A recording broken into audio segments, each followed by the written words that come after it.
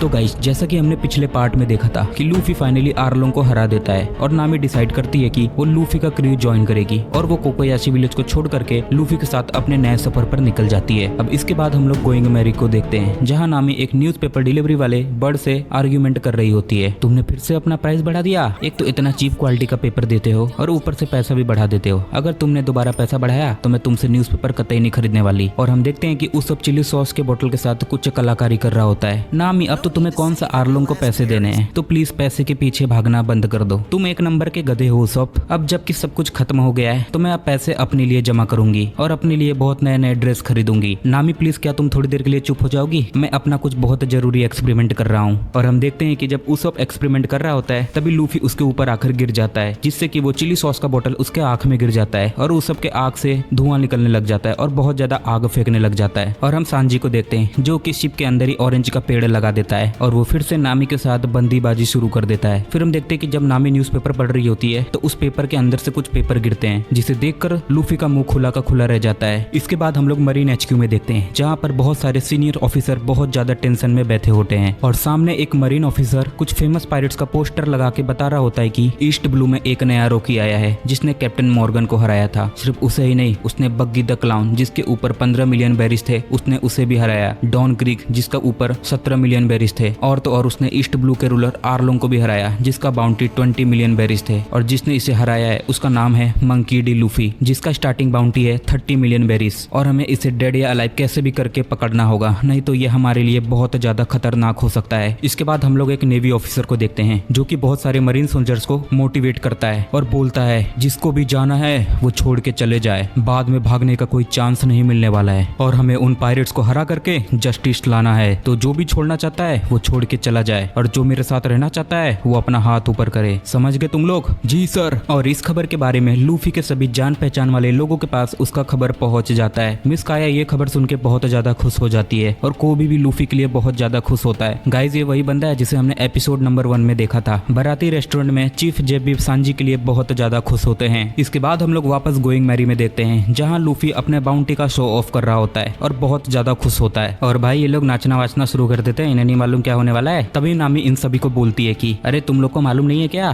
तुम्हारा बाउंटी आ गया, इसका मतलब हम लोग बहुत खतरे में हैं। ईस्ट ब्लू हमारे लिए अब सेफ जगह नहीं है। और जोरो भी यही बातें सोच रहा होता है। 30 मिलियन बेरीज, हाँ ये बात हेडक्वार्टर्स तक पहुंच गई होगी। अब वो हमें मारने के लिए कुछ भी कर सकती है, हमें यहाँ से कैसे भी करके बहुत जल्दी से निकलना होगा। इसके बाद हम लोग फुल बॉडी को देखते हैं, हाँ वही बंदा जिसे सांजी ने पीटा था। तभी उसका एक बंदा आता है और उसे बोलता है बॉस एक जरूरी खबर है, और वो लूफी का पोस्टर दिखाता है। जब फुल बॉडी उस पोस्टर को देखता है तो कुछ याद करने की कोशिश करता है, इसे मैंने कहीं तो देखा है। फिर अपने बहुत ज्यादा दिमाग पर जोर डालने के बाद उसे सब कुछ याद आ जाता है। अरे ये तो वही बंदा है जिसे मैंने बराती रेस्टोरेंट में देखा था और इसे हराना तो मेरा बाएं हाथ का खेल है और मैं इसे पकड़कर अपना फॉर्मर फुल बॉडी ल्यूकुलेंट का टाइटल वापस ले लूंगा। इसके बाद वो अपने बंदे लोग के पास दौड़कर जाता है और बोलता है कि सब लोग तैयार हो जाओ, हमें बैटल में जाना है। किधर बॉस, मुझे तो कोई बैटल वेटल नहीं दिख रहा है। तभी उसी के शिप के बगल से लूफी का शिप गुजरता है और फिर फुल बॉडी उसके पास जाकर बोलता है Monkey D Luffy you are under arrest. और तभी अपने कैनन से उसके शिप के ऊपर फायर कर देता है और जोरो आकर बोलता है लूफी इसे मैं देखता हूँ। और जोरो इस कैनन को अपने तलवार से 2 हिस्से में काट देता है और ये देखकर वो बहुत ज्यादा शॉक हो जाते हैं। फिर वो लूफी के शिप के ऊपर आकर लूफी को एक जोरदार मुक्का मारता है जिसकी वजह से लूफी का सर पीछे चला जाता है। क्योंकि वो रबर का बना हुआ है तो उसका मुंडी वापस आके फुल बॉडी के सर के ऊपर टकरा जाता है जिससे कि वो घायल हो जाता है और उसके सभी चेलों को मार मुर के समुद्र में फेंक देता है।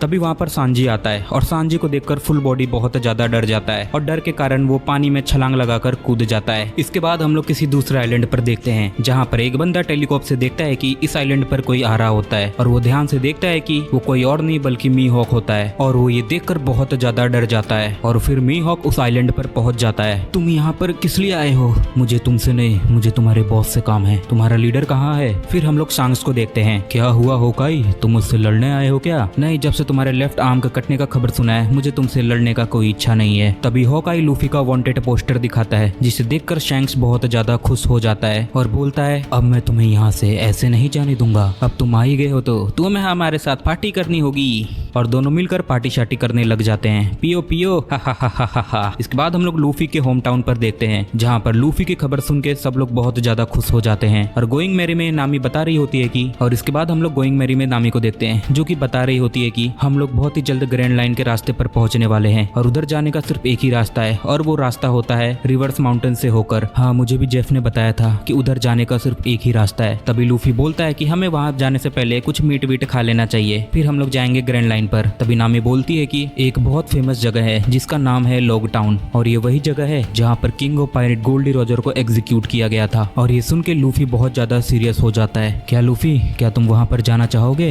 हाँ जरूर। के बाद हम एक लड़की को देखते हैं जो लूफी का वांटेड पोस्टर देखकर स्माइल कर रही होती है। फिर हम लोग कैप्टन बगी को देखते हैं जो कि अपने चाचा के साथ बैठा होता है। और गाइस, ये वही बंदा है जिसे हमने पिछले किसी पार्ट में देखा था और ये दोनों अपनी दुख भरी कहानी एक दूसरे को सुना रहे होते हैं। अब इसके बाद बगी के जाने का समय आ जाता है और अपना बगी कैप्टन जैक स्पैरो की तरह समुद्र के एक नए सफर पर निकल जाता है। लेकिन इसका सफर ज्यादा देर तक नहीं टिकता। वो जैसे ही थोड़ा आगे जाता है तभी एक मॉन्स्टर उसके ऊपर हमला कर देता है जिससे कि बगी की नाव टूट जाती है। और जैसे ही वो मॉन्स्टर उसके ऊपर दोबारा हमला करने वाला होता है तभी उसके सिर पर कोई गोली मार देता है। और जब वो पीछे मुड़ के देखता है तो शिप के ऊपर एक खूबसूरत सी लड़की होती है। फिर वो शिप के ऊपर जाता है। तुम कितनी खूबसूरत हो, तुमने मेरी जान बचाई, तुम्हारा बहुत बहुत शुक्रिया। वैसे तुम्हारा नाम क्या है? देखो, ये जरूरी बात नहीं है मेरा नाम क्या है, ये पोस्टर देखो, क्या तुम इसे जानते हो? फिर वो लड़की लूफी का वांटेड पोस्टर दिखाते हुए पूछती है कि क्या तुम इसे जानते हो? और बगी जैसे उस फोटो को देखता है तो वो शॉक होकर बोलता है, हाँ मैं इसे जानता हूँ, इसे तो मुझे अपना बदला लेना है। और दोनों लूफी को मारने के लिए हाथ मिला लेते हैं। और जब हम इसके शिप को दूर से देखते हैं तो वो किसी दिलविल के शेप में बना होता है। अब इसके बाद ये लोग एक आइलैंड पर पहुंच जाते हैं जहाँ बगी के दोस्त मोजी और काबाजी बहुत ज्यादा बुरी हालत में होते हैं। और बगी उन दोनों से पूछता है, तुम दोनों की हालत किसने की? फिर वो दोनों बोलते हैं कि बॉस, यहाँ के रहने वाले आदिवासियों ने हमें बहुत पिटा, हमारे सारे साथियों को भी बंदी बना लिया। और इस आइलैंड पर बगी के सारे बॉडी पार्ट्स भी होते हैं। जैसा कि हम जानते हैं बगी ने चॉप चॉप नाम का एक डेविल फ्रूट खाया है जैसे कि वो अपने बॉडी को मल्टीपल पार्ट्स में बांट सकता है। फिर बगी अपने सारे बॉडी पार्ट्स को इकट्ठा करके जोड़ लेता है और वापस से बड़ा बन जाता है। और बगी को देखकर उसके सारे चेले लोग बहुत ज्यादा कॉन्फिडेंस में आ जाते हैं और जाके उन सभी आदिवासियों को मार देते हैं और अपने सारे क्रू मेंबर्स को छुड़ा लेते हैं। और वापस से बगी के सारे क्रूमेट्स वापस से जुड़ जाते हैं और इसके साथ ये रहस्यमय लड़की भी उसके साथ जुड़ जाती है। अब दूसरी तरफ हम जोरो को देखते हैं जो कि बोलता है कि मुझे एक आइलैंड दिख रहा है। और नामी बोलती है कि हाँ यही है लॉग टाउन। और लूफी उस आइलैंड को देखकर कहता है कि अच्छा,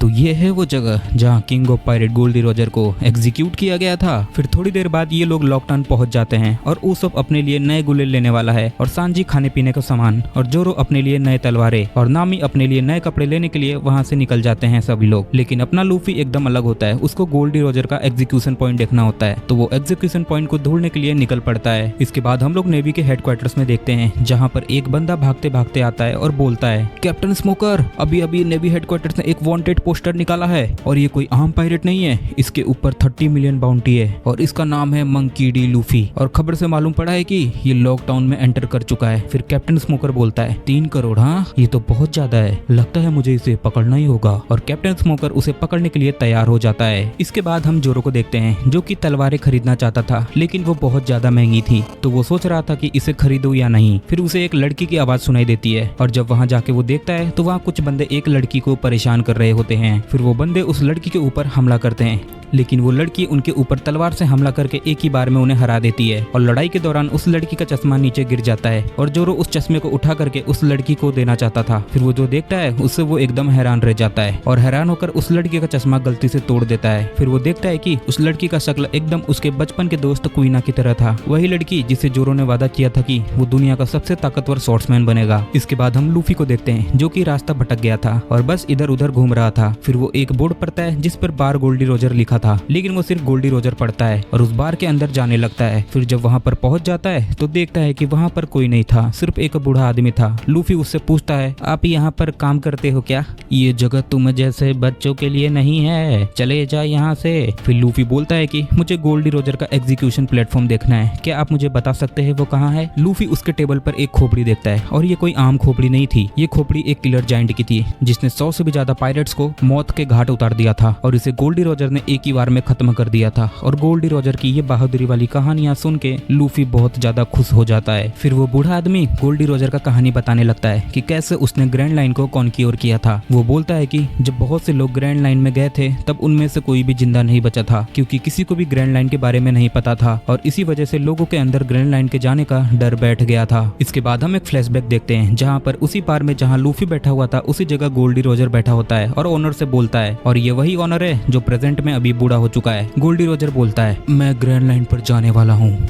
ये तुम क्या बोल रहे हो? पागल मत बनो, वहाँ जो भी गया है वहाँ से आज तक कोई भी जिंदा बच के नहीं आया, तभी तो मैं वहाँ पर जाना चाहता हूँ। बैक इन प्रेजेंट फिर वो बूढ़ा आदमी बोलता है कि जब सभी को पता चल जाता है कि ग्रैंड लाइन से गोल्डी रॉजर वापस आ गया है और आज से 22 साल पहले गोल्डी रॉजर को एग्जीक्यूट कर दिया गया था और उसी समय से ग्रेट पायरेट एरा की शुरुआत हुई थी। फिर लूफी उस बूढ़े आदमी को बोलता है कि मैं भी ग्रैंड लाइन पर जाना चाहता हूँ और सारे सी को कॉन्क्योर करना चाहता हूँ और वन पीस खजाने को ढूंढ के मैं किंग ऑफ पायरेट बनूंगा। पहले तो ये बूढ़े आदमी को लूफी की ये सारी बातें बकवास लगती है, फिर जब उसके अंदर वो गोल्डी रॉजर का झलक देखता है तो उसे अपने आंखों पर विश्वास नहीं होता है। इसके बाद हम 22 साल पहले का फ्लैशबैक देखते हैं जहाँ पर गोल्डी रॉजर को पकड़ लिया गया था और मौत उसके सामने थी, लेकिन उसके चेहरे पर कोई डर नहीं था, एक अलग सी स्माइल थी। फिर वो कसाई उसके छाती पर 2 तलवारें रख देते हैं। तभी भीड़ में से एक आदमी चिल्लाकर बोलता है, hey king of pirate Gol D Roger, तुमने अपने जिंदगी का सारा खजाना कहाँ पर छुपा कर रखा है? वही कीमती खजाना, वन पीस। तभी गोल्डी रॉजर के चेहरे पर एक अलग सी स्माइल थी। फिर वो हंसने लगता है, हा हा हा हा हा हा। अगर तुम लोगों को मेरा खजाना चाहिए तो उसे ढूंढ लो, इस दुनिया को देने के लिए बहुत कुछ है। अगर जिसको भी मेरा खजाना चाहिए तो जाओ ढूंढ लो,